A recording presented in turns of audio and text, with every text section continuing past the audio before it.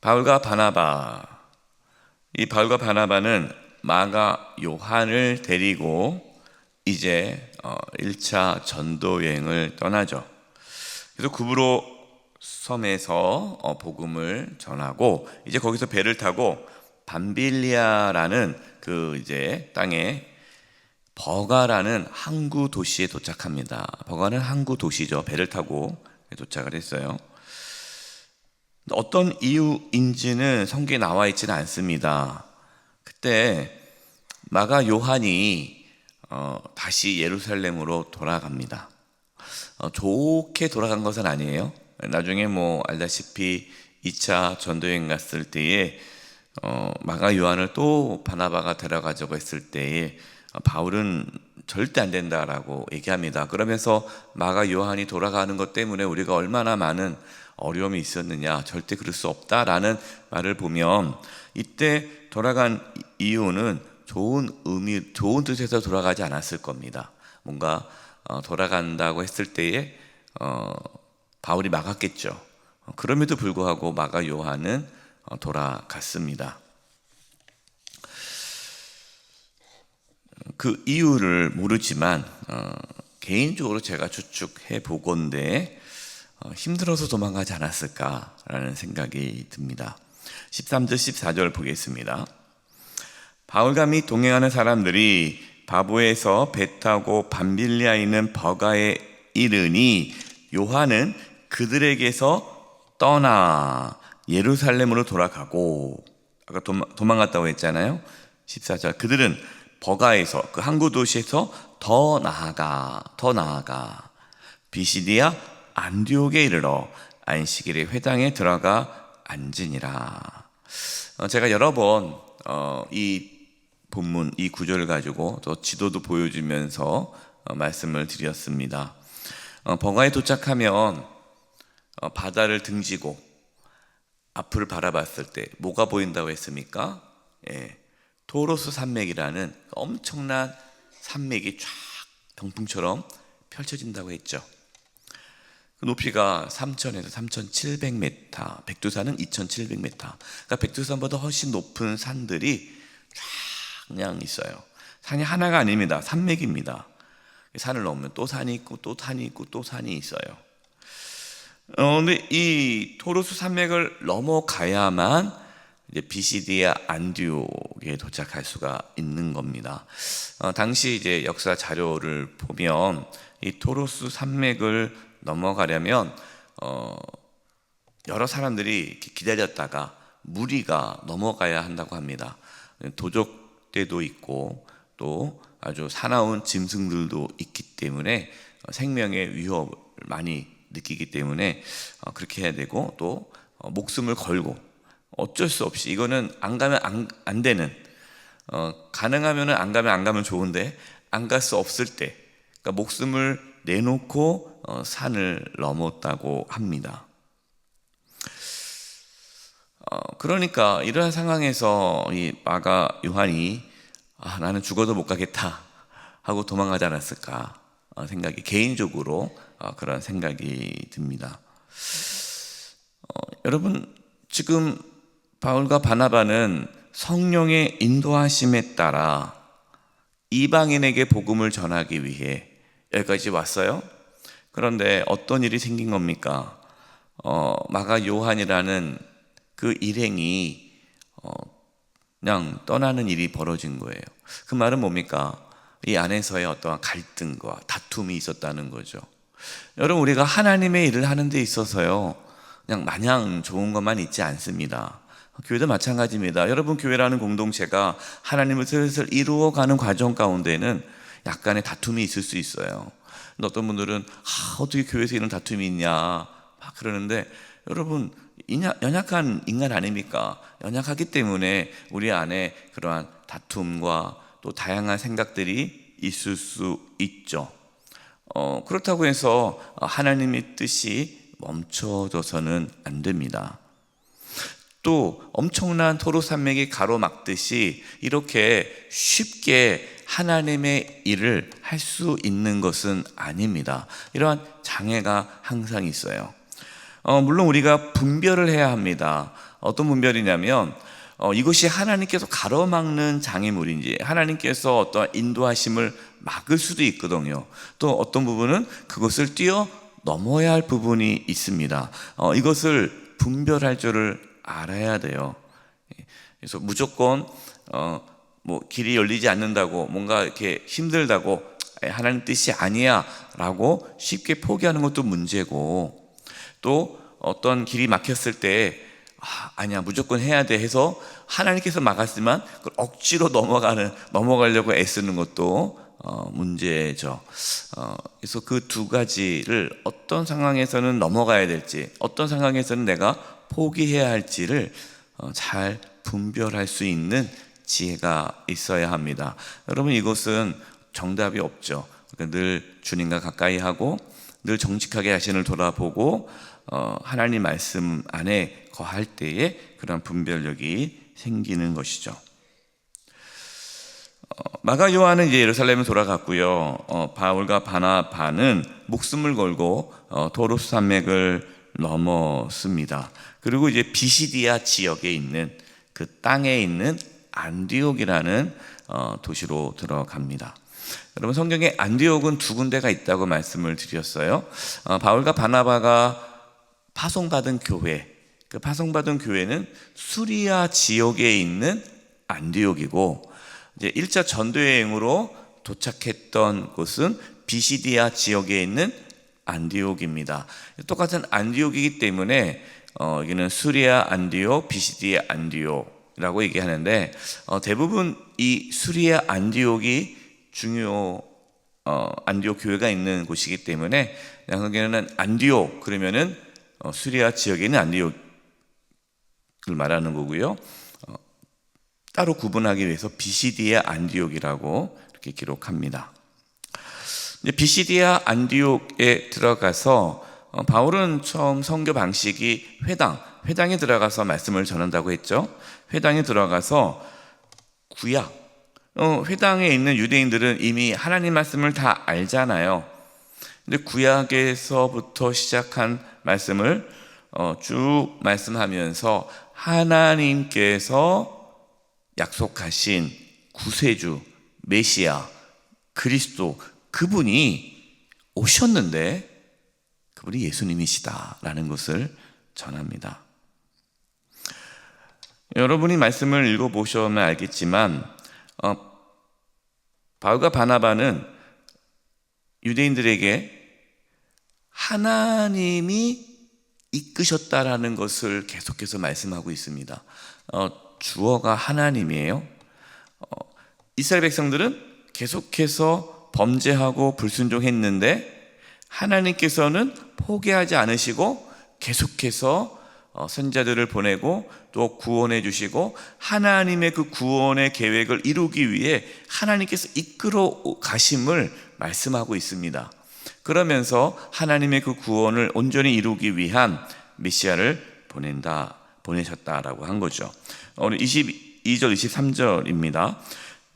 패하시고, 이 패하는 사울 왕을 패하시고 다윗을 왕으로 세우시고 증언하여 이르시되 내가 이새의 아들 다윗을 만나니 내 마음에 맞는 사람이라 내 뜻을 다 이루라 하시더니 23절 하나님이 약속하신 대로 이 사람의 후손에서 이스라엘을 위하여 구주, 구원자를 세우셨으니 곧 예수라.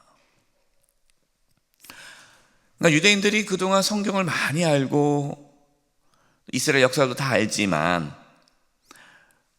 하나님께서 보내주신 메시아는 모르는 거죠. 알지 못한 겁니다. 그래서 그걸 지금 전하고 있는 거예요. 그러면서 예수님께서 오시기 전에 하나님께서 세례 요한을 보내셨는데 회개의 세례를 전파했다. 여기서 말하는 회개의 세례는 내가 죄인임을 깨닫게 하는 세례입니다. 세례 요한은 예수님이 오기 전에 준비한 것은 유대인들이 죄인임을 깨닫도록 하는 것이죠. 왜 그럴까요? 내가 죄인임을 알아야 나의 죄를 대신 짊어지시고 십자가에서 죽으신 예수님을 믿을 수 있죠. 세례 요한은 자신이 그리스도가 아니고 자신의 뒤에 오실 그분이 진짜 그리스도임을 밝혀주고 있습니다. 진짜 그리스도이신 예수님께서 이 땅에 오셨지만 그러나 사람들은 예수님을 알지 못하였다는 거죠. 26절과 27절입니다. 형제들아, 아브라함의 후손과 너희 중 하나님을 경외하는 사람들아, 이 구원의 말씀이 뭡니까? 예수님이고 복음이죠. 우리에게 보내셨거늘 예루살렘에 사는 자들과 그들 관리들이 예수와 및 안식일마다 외우는 바 선지자들의 말을 알지 못하므로 예수를 정죄하여 선지자들의 말을 응하게 하였도다. 하나님께서 구원의 말씀을 보내셨지만 복음을 전하셨고 또 예수님을 보내셨는데 예루살렘에 있는 종교 지도자들은 예수님을 알지 못했다라는 거예요. 그리고 그들이 매일 그냥 안식일마다 외우던 그 하나님 말씀을 몰랐다는 거죠. 그래서 예수님을 정죄함으로 선지자들의 예언의 말씀, 그러니까 선지자들이 예언한 그 고난받는 종, 그 메시아 그리스도가 고난받을 것이라는 그 말씀을 응하게 했다라는 것이죠. 이런 말씀을 묵상하면 우리가 하나님 말씀을 배우고 듣는다고 해서 다 하나님 뜻을 아는 게 아니구나 라는 것을 깨달아야 합니다. 여러분, 우리도 종교 지도자들처럼 하나님의 뜻을 제대로 모른 채 말씀을 듣고 배울 수가 있는 거예요. 그렇기 때문에 내가 알고 있는 것이 다 전부 다 그것을 내려놓을 수 있어야 됩니다.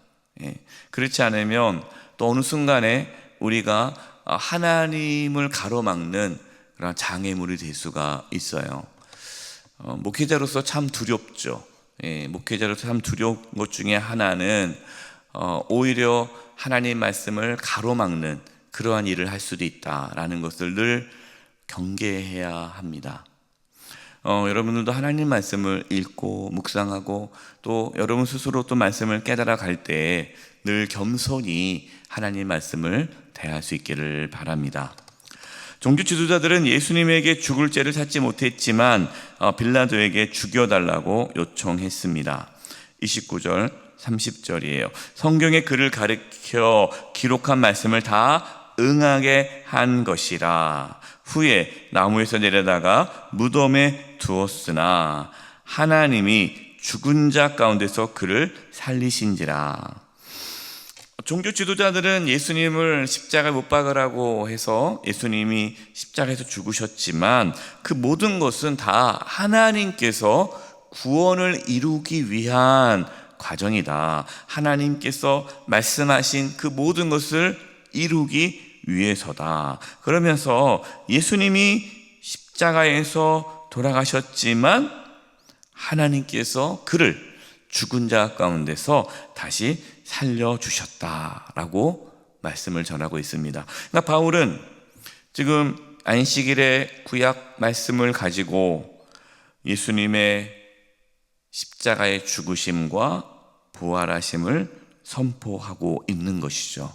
예수님의 부활이 예수님이 구원자임을 증명해주는 사건이기 때문에 그렇습니다. 그래서 바울과 당시 사도들과 초대교회 성도들은 예수님의 죽으심을 전한 것이 아니라 예수님의 부활을 전했습니다. 왜? 예수님의 죽으심은 이미 다 알고 있는 사실이기 때문에 그렇죠.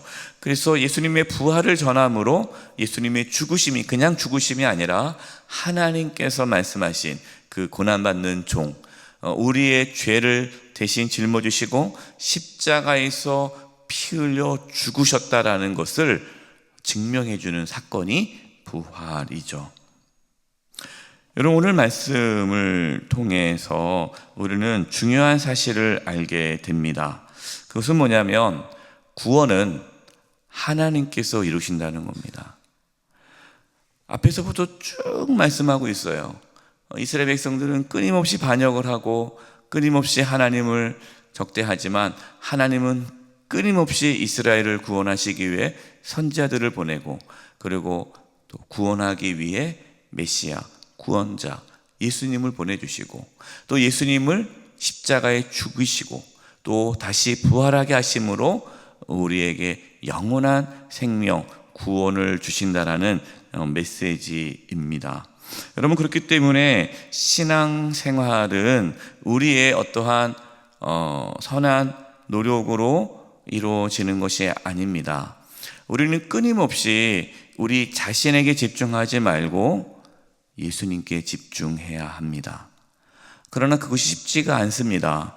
우리는 끊임없이 우리 자신에게 집중하게 합니다. 내가 그동안 어떻게 신앙생활했고, 내가 어떻게 예수님 믿었고, 내가 어떻게 했다, 나에게 집중하는 경향이 있어요. 그게 죄된 본성이에요. 우리는 끊임없이 나를 쳐서 예수님께 복종해야 합니다. 예수님께서 십자가에 죽으시고 부활하심으로 나에게 영원한 생명이 주어졌음을 깨닫고, 그 부활하신 예수님 바라보며 부활하신 예수님을 전하며 살아가는 저와 여러분 되시기를 주님의 이름으로 축원드립니다.